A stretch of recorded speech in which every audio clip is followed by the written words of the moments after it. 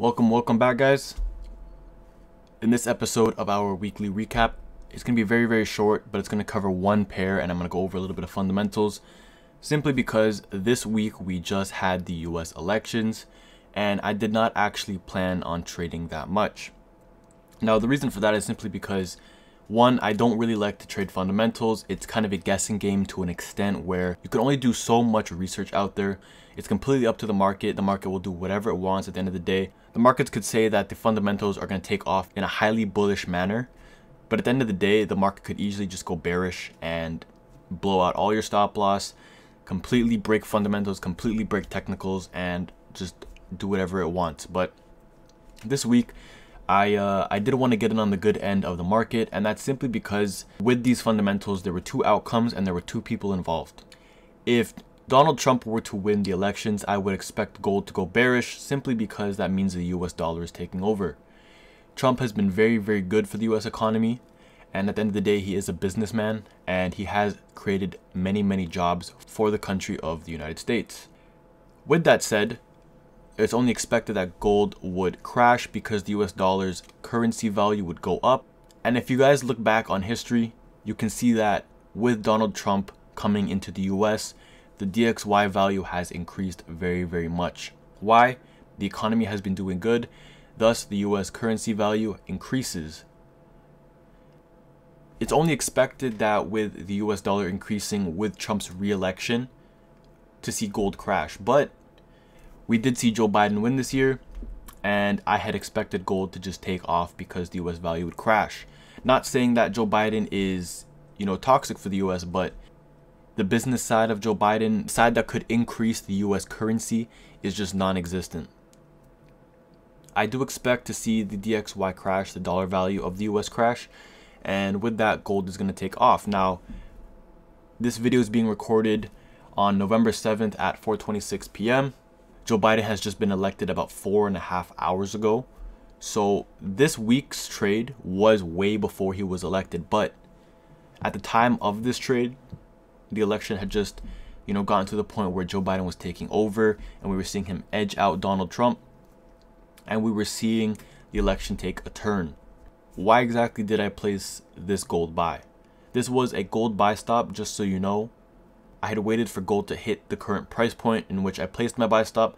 I also did place a countered sell stop, which I'll get into after, but the reason I exactly placed this trade was based also on technicals. We had just came to an area of resistance. Market had broke past twice before. I count this wick as a short breakthrough, but the break prior to that is a clean breakthrough. Immediate breakthrough, clean reversal, heavy reversal to the downside. Market played back, testing a lower area of support, which did in fact hold up. Retested it once more. Market couldn't push through as easily the second time. Reversed back below, but didn't break down to the support. Why is this important? This is important because this area of support clearly indicates that the market is trying to test the downside as well. Market does not test the downside as nicely as before. This is telling me that the market is trying to break above. So I placed my buy stop at about 1912. I wanted to get in at a good time. I wanted to cap as many pips as possible while also getting in at a safe area that is a nice test to the bulls. Stop loss was placed at 1906, giving me about 65 pips of room to work with. Take profit was at 1935, giving me about 225 pips profit. Now again, this was placed at just above an area of resistance. I wanted to see the market really break through and get into profit as soon as possible. I wanted to have a clean break above, and if the market reached my entry price, it means that the market was taking off in full. So 1912 entry price, market ticked it off. I'm actually getting on the 30-minute here. Market ticked it off, had a nice short test to the bears before the market took off completely, entered into profit, entered a nice little short consolidation zone. This is a nice little area of accumulation. This is going to trick the sellers into thinking that the market's going to take back and reverse. Market did not. Also, this horizontal ray I have here is an area of resistance. Prior to this, we did have several tests before. Nice little head and shoulders over there. Test it once more. Nice little area of consolidation. So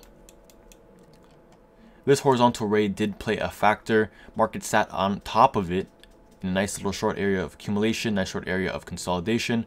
Market took off once more, and when it took off, it just gunned for our take profit. So This was a nice short resistance break trade. It was very, very simple, and it did play a factor into the fundamentals from this week.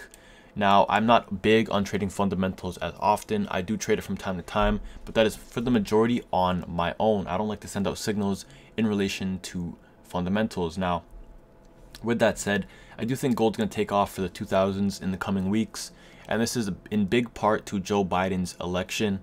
I don't really have a nice analysis as of right now because the market wasn't doing too much towards the end of the week. You can see it did break through and is kind of falling into a nice little area of consolidation. So with that said, coming next week, I'm going to be trading a little bit more. I did take 2 trades on the currency channel this week, GBP JPY, which did 20 pips before gunning for our stop loss, as well as NZD JPY, which broke through the floor. So again, it was a very, very short week. I only had 3 trades in total. This gold trade paid out in full, 225 pips, and I just decided to call it a week from there. But going into next week, I do think we're going to have a lot more on gold and a lot more in terms of currencies as the market settles down. But until then, we're going to take it easy and watch the markets as closely as possible. So with that said, I hope you guys enjoyed this short little recap. I will see you guys tomorrow at Sunday Open. Until then, take care.